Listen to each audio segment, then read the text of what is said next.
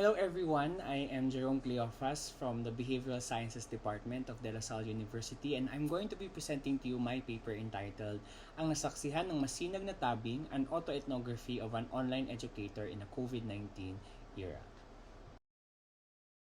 The COVID-19 pandemic has transformed the way we do education. In the Philippines, all levels of education have been shifted to pure online mode because of the need for social distancing to prevent the spread of the virus. This transition from traditional to online classes has not been easy. Planning and implementing online classes have faced many problems, such as lack of access to internet and digital technologies and incomplete teacher and institutional readiness for online learning. Moreover, these issues in the education sector are embedded within the larger context of the persisting rise of COVID-19 cases and deaths in the Philippines and a state of quarantine that has been deemed the longest in the world. Alongside the health and economic downturns are political issues that are also plaguing the nation. I have been teaching health and social science courses for more than a decade. However, conducting classes online with an ongoing pandemic and a plethora of social-political crises transpiring in the backdrop has been a great challenge for me. For this paper, in order to make deeper sense of the role that I performed as an online social sciences teacher in a university in the midst of the COVID-19 pandemic, I made use of an autoethnographic approach where I used my own lived experiences to represent larger social-cultural contexts.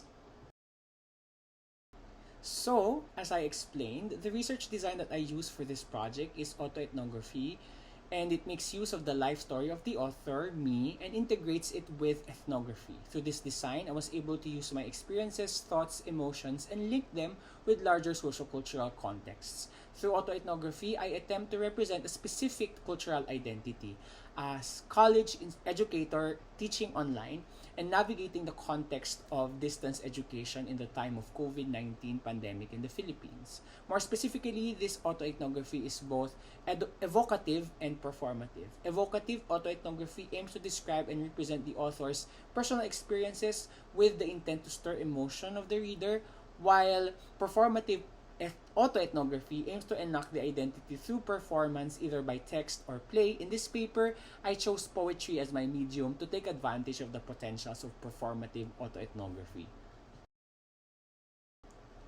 And as a result of my autoethnographic analytical introspective process, I have categorized my thematic reflections to losses and gains. And for each category, there are 3 thematic reflections each. The first thematic reflection under the losses from online teaching is the loss of the boundary of work and home.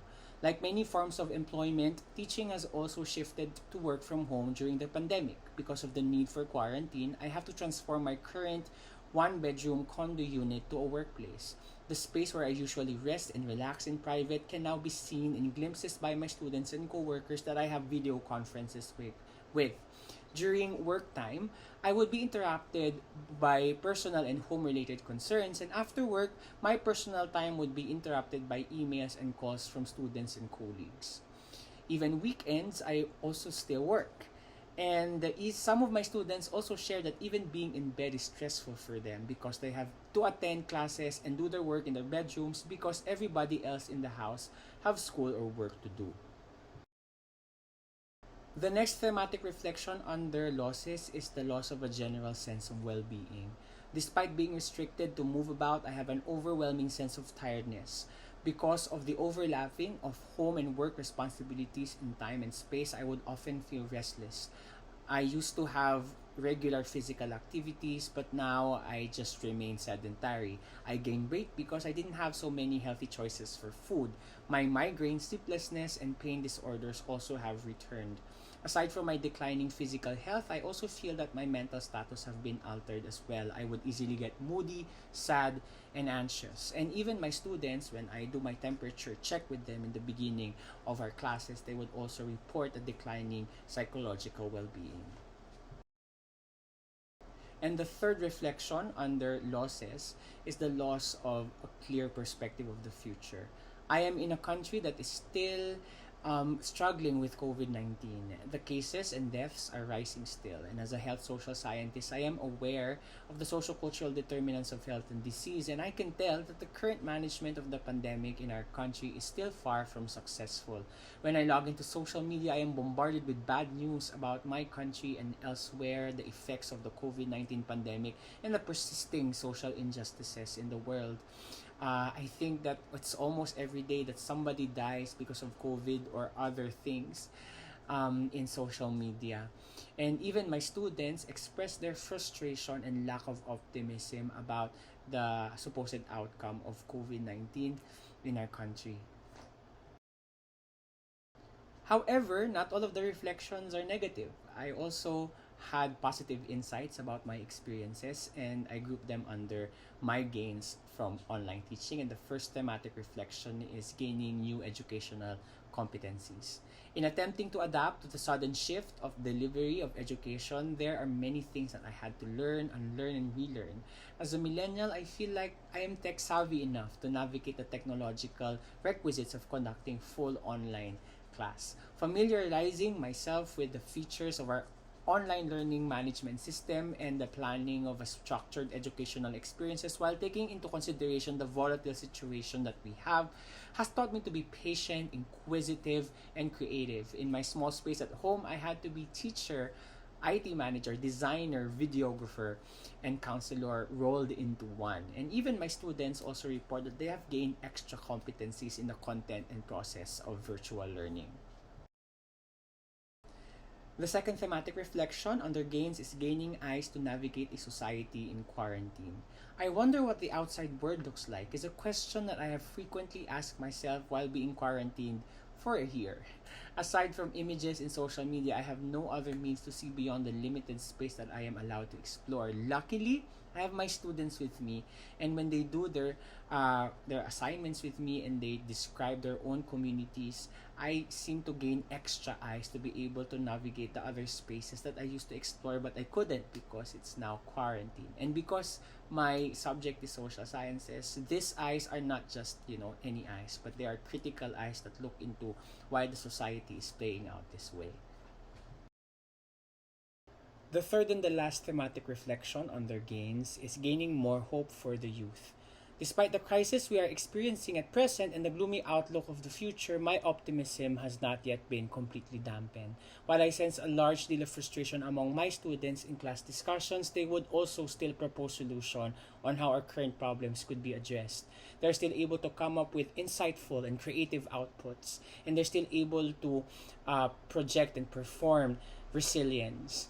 And they are very much vocal about their stances against social injustices, and they are still very much engaged in positive action towards helping the address the economic impacts of the pandemic.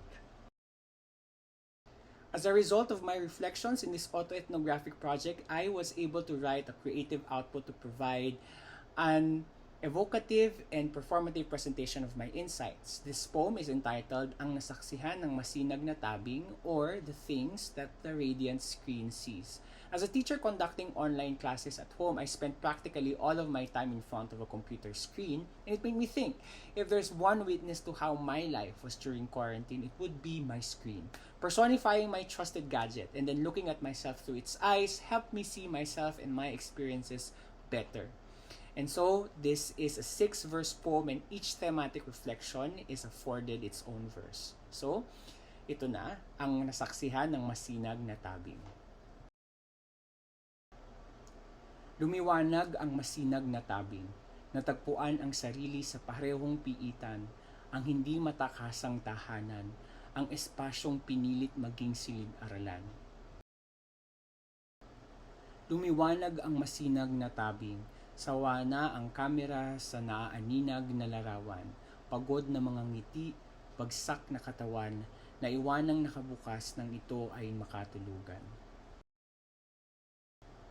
Lumiwanag ang masinag na tabing, wala nang dalampasigan, mga bakasyunan, mga kalendaryong walang laman, tila walang hanggan ang hanggang kailan.